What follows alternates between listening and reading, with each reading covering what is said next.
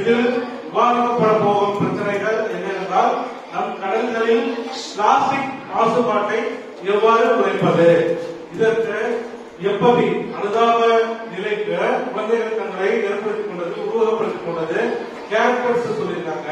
அந்த கேரக்டர்ஸ் என்னன்னா பாதிப்பவர் முதலிலும், துப்புரவாளர்கள், தின்பண்ட தயாரிப்பாளராக ஒருவரும், பிரச்சனையை சொல்பவர் உருவாகவும் தங்களை ரோல் பிளேவுக்கு உருவகப்படுத்தியிருக்கிறார்கள். எவ்வாறு அவர்கள் கலந்துரையாடுகிறார்கள் என்று கவனிப்போம். பிளாஸ்டிக் குப்பை போடுறதுனால கடல் நீர் வந்து மாசுபடுது. இன்னொரு காரணம் வந்து இந்த தண்ணீர்ல இருக்க உயிரினங்கள்லாம் வந்து ரொம்ப மாசுபடுத்தி இறந்து போயிருக்கு. இன்னொரு காரணம் வந்து கடல் சுத்தி இருக்க மீனவர்களும் பாதிப்படைகிறாங்க. கடல் சுத்தி இருக்க மீனவர்கள் வந்து பாதிப்படைகிறாங்க. இன்னொரு காரணம் நாங்க சுத்தி கடல்ல சுத்தி வியாபாரிகள் இருக்கவங்க அவங்க எல்லாருமே மாசுபடுறாங்க.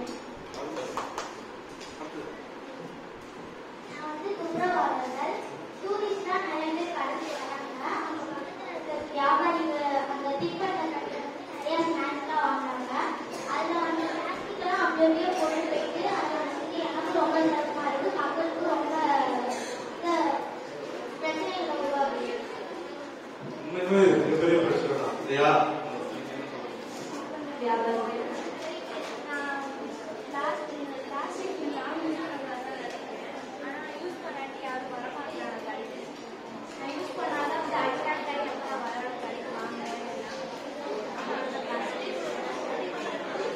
இப்போ பிளாஸ்டிக் யூஸ் பண்றதுனால என்ன நான் வந்து பிரச்சனை வந்து மக்கள் பிளாஸ்டிக் வந்து யூஸ் பண்றதுனால என்ன யார் யார் பாதிக்குன்னு இப்போ எல்லாருக்கும் எடுத்து சொல்லியாச்சு.